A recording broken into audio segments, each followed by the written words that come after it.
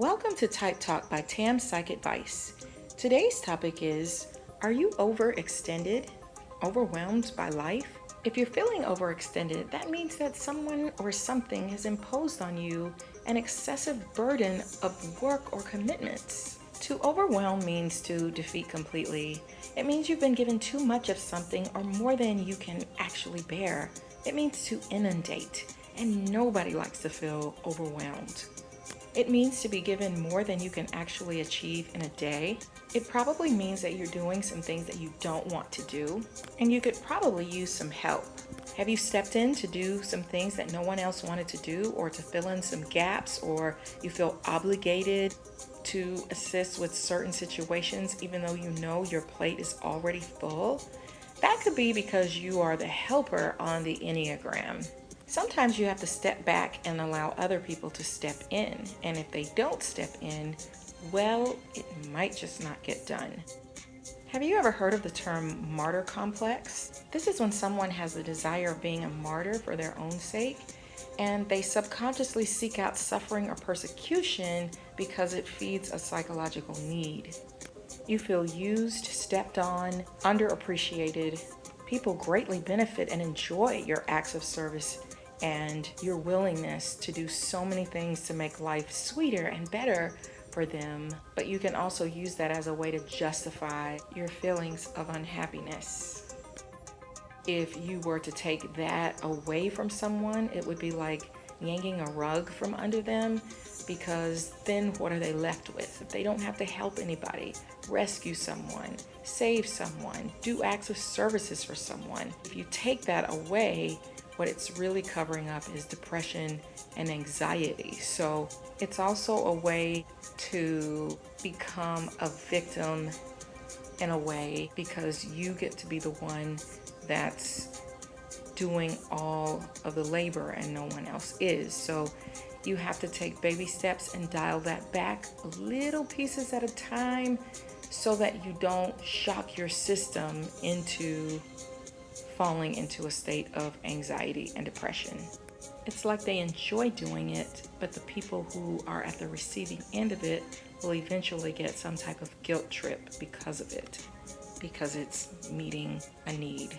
We all get overwhelmed from time to time, but if you're living in a chronic state of being overwhelmed, it's time to reevaluate some things in your life. You have to prioritize and figure out what's the most important thing and what's not.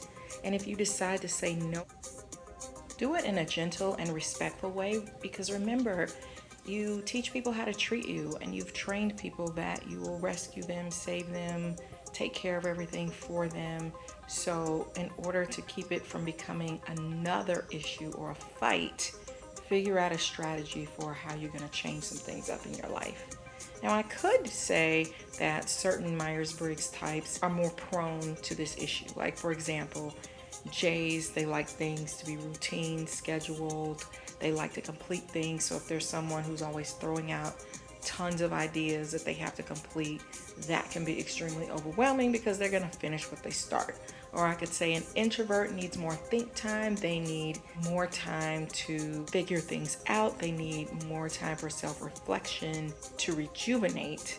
And if that's being taken away from them, it could be frustrating. But actually, I know some SPs who you would think would be the most go-with-the-flow types, who are really good people, who are highly conscientious, and they end up also taking on many different projects. So really, every Myers-Briggs type is a candidate for being overwhelmed and overextended. So if you're feeling overextended and overwhelmed, it just means that you need a break. You need some time to do whatever you want to do, even if it seems boring or mundane to other people. So what? It feels good to have time to just relax, rejuvenate, and do things the way you want to do them. Do life in your own style. Speaking of styles, here's what can overwhelm some Myers-Briggs types. It may surprise you, like the ENFPs. ENFPs like to leave room for surprises in their day. Too much routine and restrictions is overwhelming to them. Some ENFPs are at home with and prefer many things coming at them to untangle and troubleshoot and sort out. Entps. They like change and get bored with too many details. They may become a bit rebellious or challenging with too much rigidity. ISTJs. When they are trying to express an opinion or plan, being constantly derailed by people who bring up ideas that are not logical or practical is extremely taxing to them. They need time to mentally prepare for change and strongly dislike their time being wasted, especially in the work environment. INFPs. They need room for creativity and personal significance in what they do. They may get frustrated with being in charge of too many people or dealing with difficult, mean-spirited people. ENFJs. They get frustrated by too much distension and chaos. Working with mean-spirited people or a place that is not productive can drain them. They also don't like to be overwhelmed with too many tasks that they find to be a waste of time. They are like a sponge that soaks up the energy of others, so sometimes they pick up on things that they had no intentions of. INFJs. Change can stress them out. Switching gears or new situations can be daunting. They absorb the pain of others. And ENTJs. They don't like to deal with too much emotions. It is especially frustrating if this gets in the way of achieving goals. Want to see more videos like these? Well, the way you can let me know that is by taking a second to give me a thumbs up. Also, subscribe to my videos. That's the way you get to see new things that I'm doing. Thanks for watching Type Talk by Tam's Psych Advice. Until next time, goodbye.